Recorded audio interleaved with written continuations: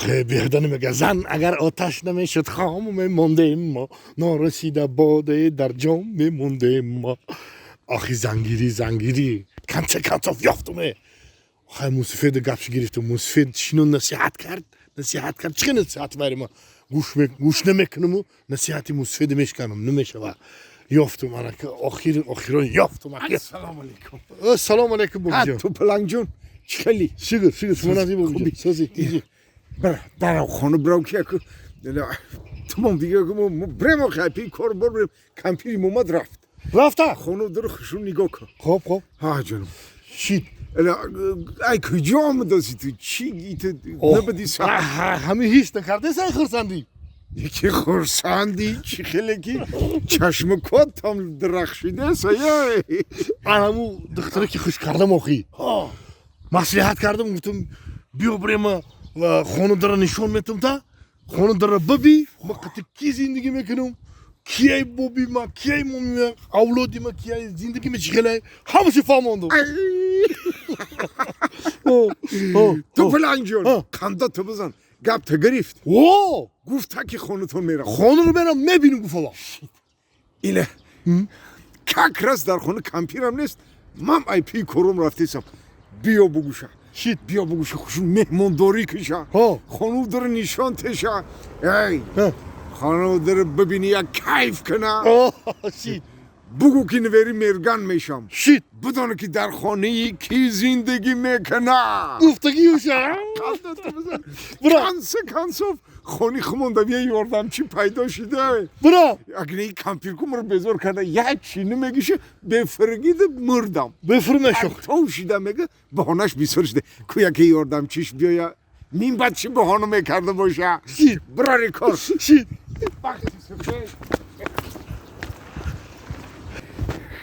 با من خیال میکردم که توپلنگی ما این توپلنگ ایده شگاه کار نمیویه می اومده ای کو کنسه خونیم هم پوری نویره میشه توپلنگ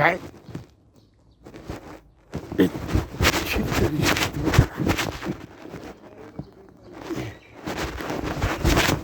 توپلنگ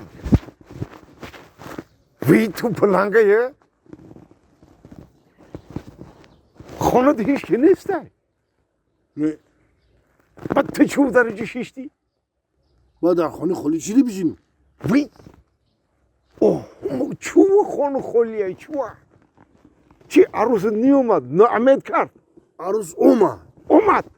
قندت تو بزن قندت ما گفتم که تو بای چی خوشروی گپی تو مگذاری اگر نیمگر عروس ها ده قندت زمای تو باوری داشتم اومد آخی؟ اومد خانمان ایدری خانه درو ما ایدری خانه درو وردم شد نخست اول همون خانه همون چه نشون دادم انبار خانه را این پرودکت پیتانه این گوش این وای این خرید این چای همه را نشون دادم قندت زن گشت بروم دیم وانه را نشون دادم همه شو قویدوی دیدک چه توزو اوزو دای همه شو دید همه شو ایالا و اگروتورو دید ایش دید با آمدم یا جای آستاک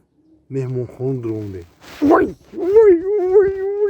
قندت بزن مهمون خونی خوش رو مهمون خونه رو خودت میدونی تلویزیون کلان زدگی کلچو پرتاستگی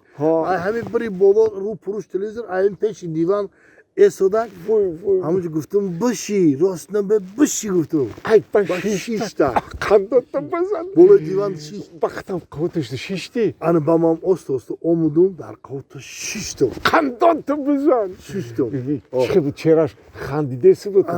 چراش کم تبسم داشته بایا نوز میکرد یا تبسم میکرد بایا نوز میکرد یا تبسم میکرد سوزی دورهای یوشی مومد انا که همین چیزی گفتنی مشکی بونو میگه همین گفتنی مشکی بونو میگه انا بابا گفتم خواهد چیه باشه نباشه بیا که چیه بود سویت کشتم سویت کشتی قندت بزن توپلنگ جان تو بغیرت رنگی بابیتی بغیرت قندت بزن سویت کشتی اکد نقل کنده باشی جای قزیقش نقل کنی بیا تو نقل نکنم نقل کنم همون جای قزیقش نقل کنم چا کنم سویت کشتم انا بعد دیگه دستم خودی ایسیسی میکنید وای. سازون بالای دیوان سویت گیرون میکنم نیسته وی قصه رفته این رفته آه اوخیه تو پلنگه تو که سویت کشتی ویرو قهرش کرده او هم تو وقتی نکاح کرده نه او طاقت میکردی چه میکردک الان بعد نکاح خواه سویت میکشتی خواه گیران میموندی هیچی گپ نبود آخی او چون کشتی سویت ای بی مامام شید آه؟ عیبی مامان شید مامان در خانه نیسته چقدر عیبی او شیده بودن چه گناه داره کمپینی مامان ای می مامان مرا نصیحت کرده بود کی ها بچم در کجا که یگون سویت گیرون بکش کی او چوچک من پر کار میکنه